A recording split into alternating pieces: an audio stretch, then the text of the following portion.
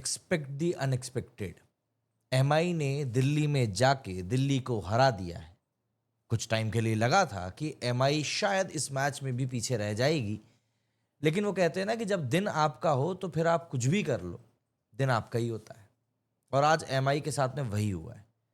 Score below par था, मैं आपको बता दूं। आप ये मत सोचिएगा कि एमआई ने 200 का स्कोर किया था तो वो बड़ा अच्छा बड़ा स्कोर था।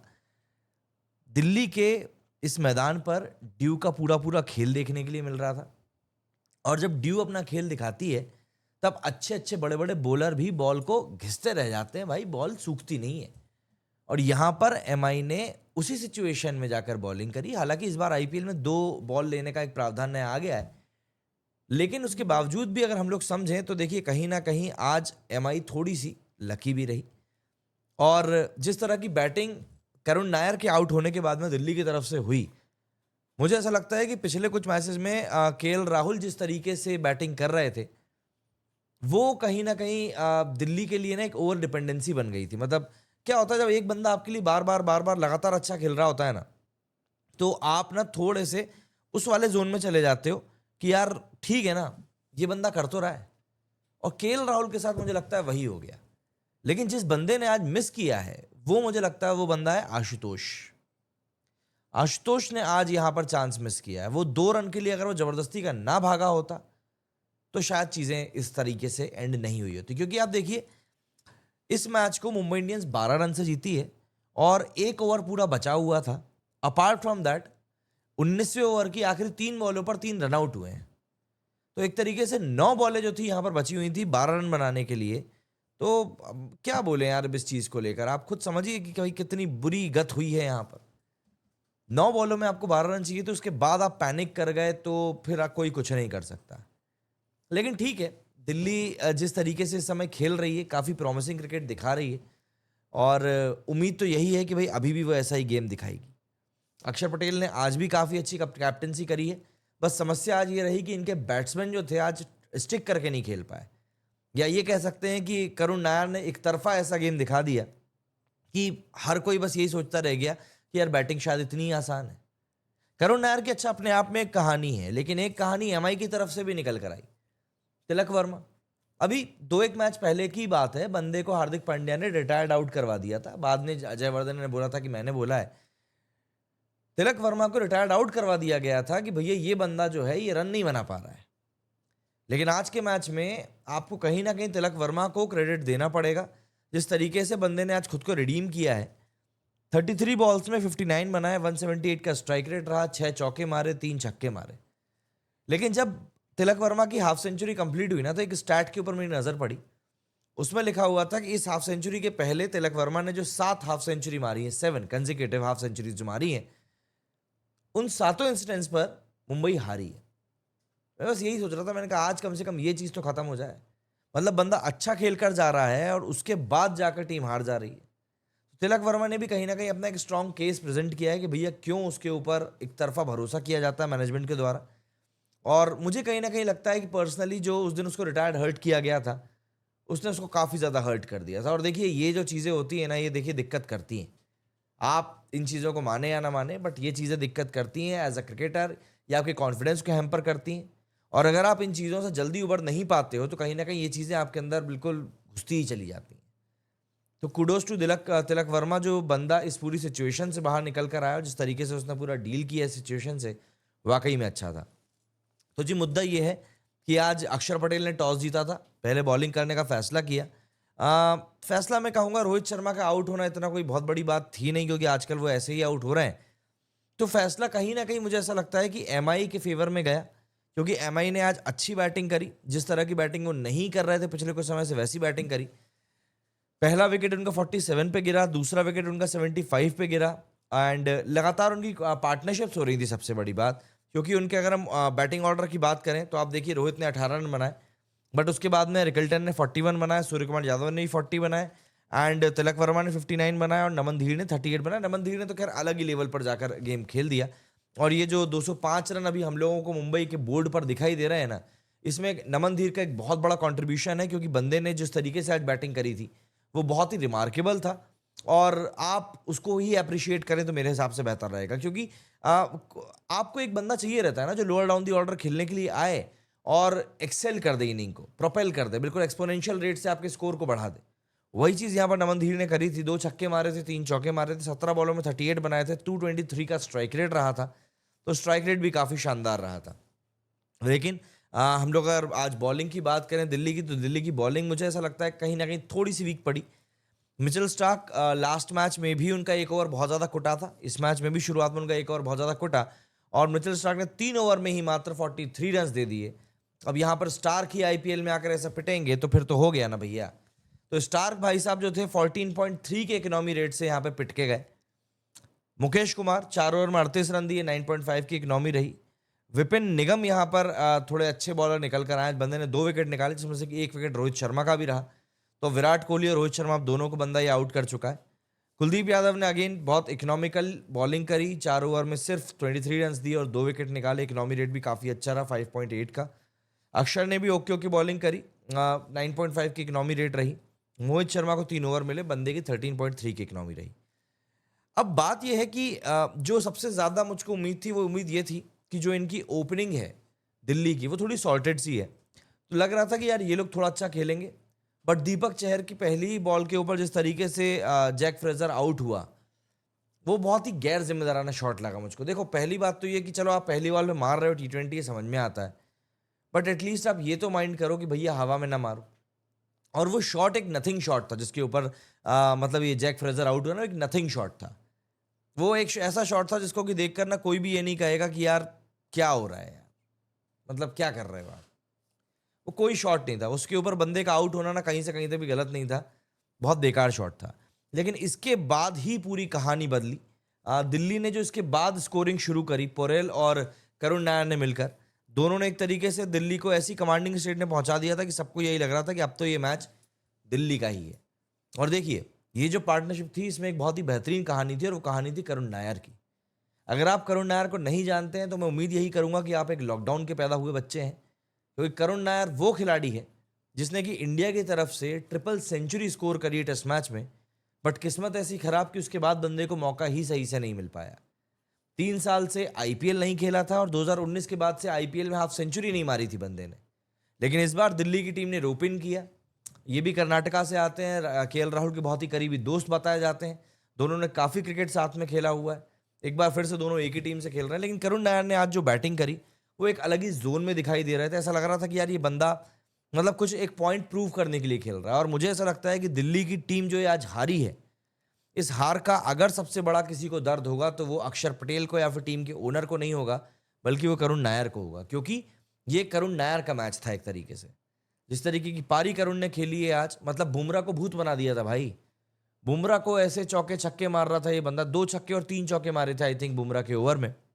एंड बुमराह जो बंदा भड़कता हुआ नहीं दिखाई देता, वो बंदा वहां पर भड़क रहा था। वो बंदा जाकर इसको जाके इसको खिसिया ही रहा था, मतलब होता है ना खिसिया बिल्ली खम्मा नोचे।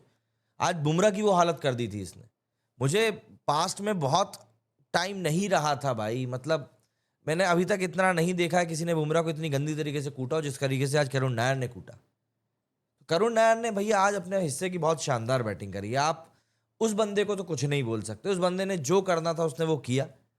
लेकिन it all goes on the remaining of the DC batsman, क्योंकि उसके बाद जिस तरीके से ये लोग आउट हुए, इसी को एक ज़माने में ये कहा जाता था कि ताश के पत्तों की तरह बिखरना इसे ही कहा जाता है। तू चल मैं आया वाली गाड़ी यहाँ पर चालू हो गई थी। मतलब आप समझ कर देखिए विकेट फॉल्स में आपको बताता हूँ। अभिषेक पोरेल आउट हुए 119 रन पर, करुण नायर आउट हुआ 135 रन पर। उसके बाद जो है झड़ी लग गई, ठीक है ना। 144 के ऊपर अक्षर पटेल, 145 पर ट्रिस्टन स्टब्स, 160 पर केएल राहुल, 180 पर विपराज निगम, और फिर तो उसके बाद आप जानती हैं कहानी क्या रही आखिरी के 3 विकेट की। मतलब सवाल यही है कि भैया आपको 9 बॉलों पर जीतने के लिए 12 रन चाहिए हैं और आप 3 बॉलों पर 3 रन आउट कर देते हो। मतलब गली मोहल्ले के खिलाड़ी हो क्या? कोई जबरदस्ती कर रहा था कि नहीं भाई क्रीज से बाहर निकलो भगो। एंड मेरा यहाँ पर दिमाग जो मतलब दिल खराब हुआ है, मैं तो ये कहूंगा, वो हुआ है आशुतोष को लेकर। देखो आशुतोष लास्ट ईयर पंजाब की तरफ से खेल रहा था, शशांक के साथ उसने कई सारी अच्छी पारियां खेली थी। इस बार वो निकल कर दिल्ली में आया है ना। आशुतोष से बहुत उम्मीद थी भाई कि ये बंदा इस मैच को निकाल देगा, क्योंकि ये ना कुछ रिंकू सिंह टाइप का खिलाड़ी है कि भाई ये आखिरी में आकर ना बल्ला भींचता है अपना। और वो रन आउट हो गया ना तो फिर लगा कि यार बहुत दिक्कत वाला काम हुआ आज। मतलब आखिरी में जिस तरीके से दिल्ली ने खेला है ना, कोई कम्युनिकेशन नहीं था, डगआउट से कोई बातचीत नहीं हो रही थी। ऐसा लग रहा था कि हाँ ठीक है, अपने हिसाब से कर लो जो करना है। मैच था, अक्षर पटेल ने मैच के बाद जो कहा ना कि भाई मैच तो हमारा ही था पूरे टाइम, बस आखिरी में जो हुआ वो सरासर गलत था। गलत शॉट्स खेले, गलत चॉइसेस लिए, गलत डिसीजंस लिए, एंड इवेंचुअली हम लोग मैच हार गए। तो सवाल तो देखिए खड़े होते ही हैं यार, बहुत बहुत ज़्यादा दिक्कत वाली बात हुई है यहाँ पर। मतलब जिस तरीके से यहाँ पर पूरा ये आखिरी के 3 विकेट में स्पेशली बोल रहा हूँ आपको, आखिरी के 3 विकेट जैसे गए ना वो गलत था। मतलब अगर आप एक दो रन भी लेकर खेल रहे होते ना, तो आप मैच को और क्लोज ले जा सकते थे, और फिर उसके बाद एक आध बाउंड्री की बात रहती बस। बट ये सब तब होता जब आप इस तरीके से खेलते कि भैया आप कुछ करने की सोच रहे हो। यहाँ पर लिटरली लेकिन ऐसा लग रहा था कि कोई कुछ करने की सोच नहीं रहा है, बस बल्ला फेंक रहे हैं। मतलब आप देखो ना, 33 बना अभिषेक पोरेल ने, करुण नायर ने बना 89, केएल राहुल आज थोड़ा सा निराश करके गए, 15 रन पर आउट हो गए, बट उसके बाद सब खत्म। कोई ऐसे नहीं खेला कि लग रहा हो कि नहीं यार चलो ठीक है कोई टिक सकता है। आज करण शर्मा ने बहुत अच्छी बॉलिंग करी, एज एन इम्पैक्ट सब्स्टिट्यूट उसको अंदर लाए थे, 4 ओवर में 36 रन दिए, लेकिन मोर इंपॉर्टेंटली 3 विकेट निकाले। सबसे बड़ी बात तो ये रही कि भैया आज बुमराह लपक के पिटे हैं, और बुमराह के जो आपको ये बॉलिंग फिगर दिख रहे हैं, 4 ओवर में 44 रन, 11 की इकोनॉमी, ये कहीं ना कहीं जो रहा है ये रहा है करुण नायर के कारण। करुण नायर ने बुमराह के शुरुआत के 2 ओवर जो पेले थे, एमआई का पूरा कॉन्फिडेंस जो था ना वो यहाँ से यहाँ यहाँ यहाँ यहाँ जहाँ जितना नीचे भेज सकते हो ना उतना नीचे चला गया था। मतलब बुमराह को कोई कूट दे यार, ये कोई मतलब वाकई में हैरानी वाली बात है। और आज वही काम करुण नायर ने किया था।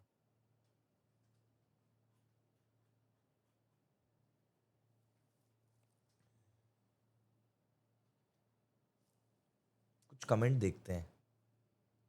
ये आया देखो, मैच अवेयरनेस की कमी दिखी है आज डीसी के बैटर से, 1 रन लेने के चक्कर में 3 विकेट खो दिए। मैं वही तो बोल रहा हूँ ना यार, इन लोगों ने एक्चुअली में ऐसा लग रहा है कोई कम्युनिकेशन नहीं किया। लेकिन यहाँ पर आप और देखो अभी देखो कई लोग बोल रहे हैं भैया क्या, हाँ हाँ हाँ हाँ, ये रोहन का कमेंट आया, भैया बुमराह तो लास्ट मैच में भी पिला था। देखो लास्ट मैच तो चलो ठीक है हो गया, लेकिन आप इस बात को समझो कि जिस तरीके से आज एमआई खेल रही थी ना, उनकी बॉलिंग कहीं से कहीं तक क्लिक नहीं हो रही थी। जीत गए हैं वो लोग एक अच्छी बात है, बट बॉलिंग उनकी कहीं से कहीं तक भी क्लिक नहीं हो रही थी। एक बार पॉइंट्स टेबल की हालत देख लेते हैं, क्योंकि 9वें नंबर पर बैठे थे एमआई वाले, अब थोड़ा तो ऊपर आई होंगे। अच्छा ऊपर आ गए भैया। एमआई वालों के अब 6 मैचेस में 2 जीत के साथ में 4 पॉइंट्स हो गए हैं। और सबसे शर्मनाक बात यह है कि भैया अब सीएसके अकेली वो टीम बची है जिसने कि सिर्फ एक मैच जीता है, सिर्फ एक मैच। उसके अलावा कोई ऐसी टीम नहीं जिसने सिर्फ एक मैच जीता हो। और इससे ज़्यादा मुझे नहीं लगता कि कोई भी शर्मनाक बात हो सकती है। बहुत घटिया, बहुत बहुत बहुत ही ज़्यादा घटिया खेला है भाई आज, क्या बोलो। और इसके साथ दिल्ली जो है वो दूसरे नंबर पर आ गई, 5 मैचों में उनके पास 4 जीत है, 1 हार है। लेकिन फिर भी अभी तक ही उनका ही रेशो जो है सबसे बढ़िया चल रहा है। गुजरात टाइटंस हालांकि नंबर 1 पर पहुंच गई है, 6 मैचों में 4 जीत है, नेट रन रेट उनका सबसे शानदार है, प्लस में चल रहा है 1 पॉइंट के साथ में। तो वहां पे उनको बहुत बड़ा एक फायदा होगा। कमेंट्स पढ़ने की डिमांड होने लगी, उसी के ऊपर आ रहे हैं भैया, मैच के बारे में थोड़ी सी बातचीत कर लें, फिर उसी के ऊपर आ रहे हैं। तेजस बोरसे ने लिखा है कि यार Bumrah will take time to get in form since he came out of the injury. हाँ ये कह सकते हैं, थोड़ा सा टाइम तो लगेगा बुमराह को अपनी फॉर्म में आने में। लेकिन देखिए क्या होता है ना, जब आपकी टीम की हार और जीत स्टेक के ऊपर लगी हुई हो ना, तब थोड़ा सा रहता है कि यार भाई मतलब ठीक से बॉलिंग कर लो। क्योंकि बुमराह ही वो बॉलर है जो मुंबई की टीम में एक डिफरेंस पैदा करने वाला है। आप देखो बुमराह के आने के बाद इन लोगों को एक उम्मीद जाग गई है।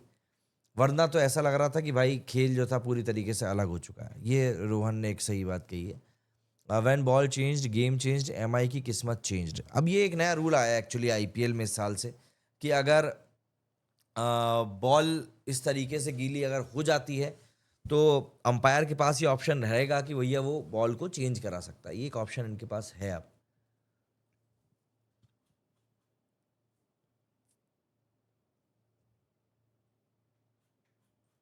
अरे बाप रे, ये एक नई थ्योरी शुरू हो गई भैया। आप लोगों को लास्ट के ओवरों में ऐसा नहीं लगा कि दिल्ली जानबूझकर हार गई? नहीं लगा ऐसा बिल्कुल भी। आप इस बात को समझिए कि जो 3 लोग आखिरी में आउट हुए हैं आशुतोष को छोड़कर, वो दोनों टेलेंडर्स थे। और जो बॉलर्स रहते हैं वो ऐसे ही पैनिक रनिंग करते हैं। पैनिक रनिंग ही करते हैं, मतलब उनको समझ में नहीं आता भगना है नहीं भगना है। वो जस्ट रन लेने के लिए दौड़ते हैं और इवेंचुअली वो लोग इसी तरीके से फिर आउट हो जाते हैं।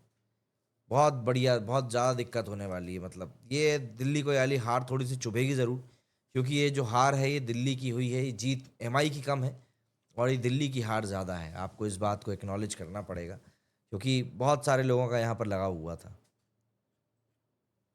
अरे बाप रे, बहुत सारे कमेंट आ गए। भैया रोहितमैन नहीं है, रो फ्लॉपमैन शर्मा है। रोहित के बारे में तो क्या ही कहूँ भाई, वो बंदा तो एक अलग ही लेवल पर यहाँ पर कर रहा है। अब क्या बोलो, मतलब इतना बुरा खेल रहे हैं यार कि फैंस भी बोल रहे हैं कि यार क्यों इतना अत्याचार कर रहे हो। क्या होता है, मतलब रोहित शर्मा जैसे खिलाड़ियों से ना एक उम्मीद रहती है कि नहीं यार ये खिलाड़ी जो है अच्छा खेल कर जाएंगे, और जब वो ऐसे आउट होते हैं ना, तब वाकई में बहुत दुख होता है कि यार क्या होगा यार। देवांग लिख रहे हैं, जब से थूक लगाने का रूल वापस आया है तब से एज कंपेयर टू पिछला अब स्कोर थोड़ा सा कम बन रहा है। यार देखो, वो बैलेंस इनको करना ही था। मतलब आप नई बॉल दे रहे हो, फिर बॉल स्विंग भी नहीं होने हो पा रही है, और बैट और विकेट तो आजकल भाई माशाल्लाह क्या ही बनने लगे हैं। तो रन्स जो थे वो एक तरफा पड़ रहे थे, और कहीं ना कहीं दिक्कत तो यही हो रही थी।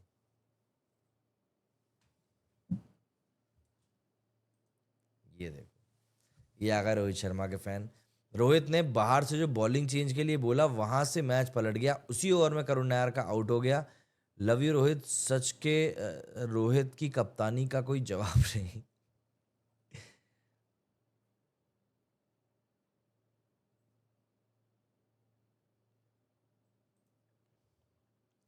हार्दिक इतना सैड था, मैंने देखा। अब जीतने के बाद क्यों सैड था भाई बंदा?